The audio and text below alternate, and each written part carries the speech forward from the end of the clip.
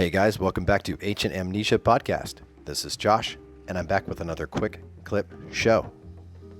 Today, I'm releasing a conversation short with special guest Phil Harris on the topic of the Atlantean hypothesis and its relation to ancient Egypt. Phil is the owner and content creator of the EternalCircle.net. You can also find him on his popular and stimulating Facebook group, Ancient Esoteric and Occult Wisdom. We hope you enjoy the show. Stay tuned for more. I want to get your ideas because we're so far back into this imaginary land. What do you think about Atlantis? What is your vision of Atlantis? What do you think Atlantis was? And do you think there was any surviving civilizations that we know of in the 5,000-6,000 year model that history talks about? Were any of these people involved in that enterprise? What's your thought on Atlantis? Oh, I'm pretty much certain of that. So the general overview of it is that, I don't know for sure. There's a lot of different ideas about whether it was one main landmass or whether it was a worldwide empire or what. But there was definitely, in my opinion, something that you could call Atlantis. There was an ancient civilization that somehow some of them made it through this destruction, and all of the old texts talk about it. There's visible proof and physical evidence of these submerged cities they're finding all the time in India and over around the Bahamas and Japan and everywhere. Plato talks about it.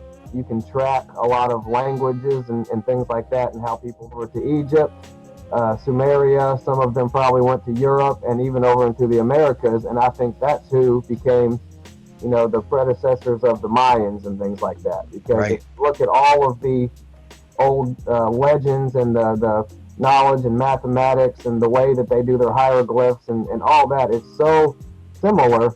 I just don't see how it could be any other possibility that somehow they weren't connected. It's just impossible, in my opinion, that somehow these cultures don't share some type of connected past.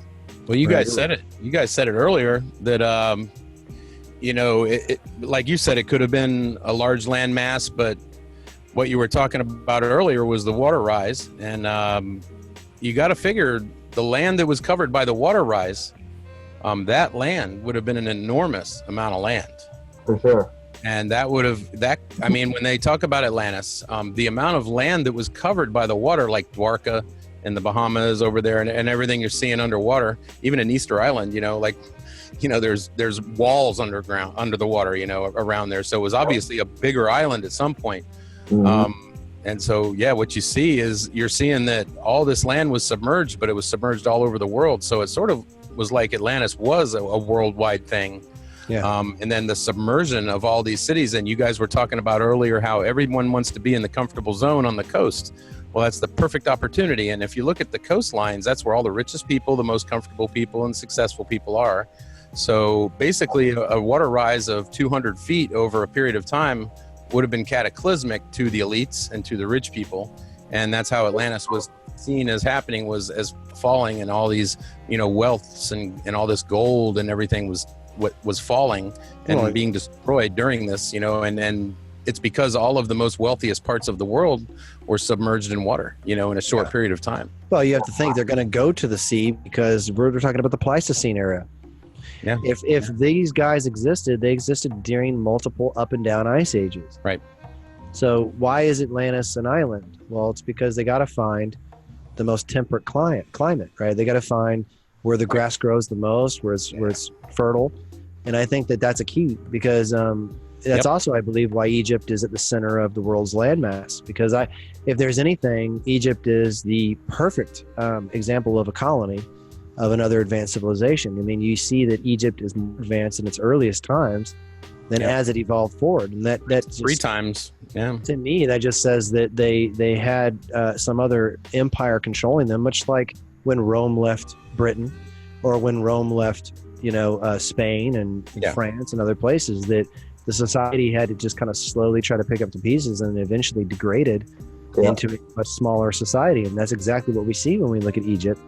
And that's what we see in other things. And I think that these subcultures like the Minoans or the Phoenicians, these were kind of legacy cultures that came from out of these this kind of central potential civilization that we're calling Atlantis. But it's like America, right? I mean, Hawaii's America, and Yeah. Guam's America. So it's not that America is just this one central landmass, but it has colonies. Yeah, sure. And if things were to end, right, they would try to pick up the pieces of America's advancement and America's methods and America's, kind of vision. So I don't see that as being a very weird idea.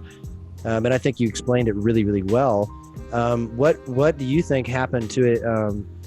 What do you think happened with Egypt as it went through these periods? Do you believe that the Sphinx and the pyramid and the Giza Plateau was there prior to the Egyptian civilization? What's your thought on Egypt? Well, there's a couple of options there.